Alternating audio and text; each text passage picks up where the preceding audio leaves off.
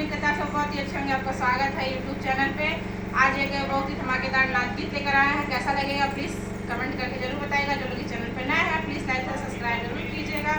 चलिए सुनाते हैं।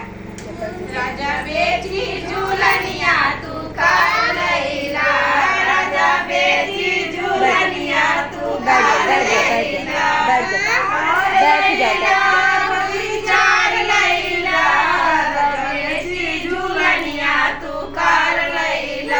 राजा बेटी झूलनिया तू कर लैला, चाहे ससुर जी के गिरवी धैला, चाहे ससुर जी के गिरवी धैला, चाहे ससुरिया पे लोन लैला, राजा बेटी झूलनिया तू कर लैला, राजा बेटी झूलनिया तू कर लैला, राजा बेटी झूलनिया तू कर लैला, कर लैला दुई चार लैला, कर लैला दुई चार लैला, राजा बेटी झूलनिया तू कर लैला, राजा बेटी झूलनिया तू कर लैला, चाहे जेठ जी के गिरवी धैला, चाहे जेठ जी के गिरवी धैला,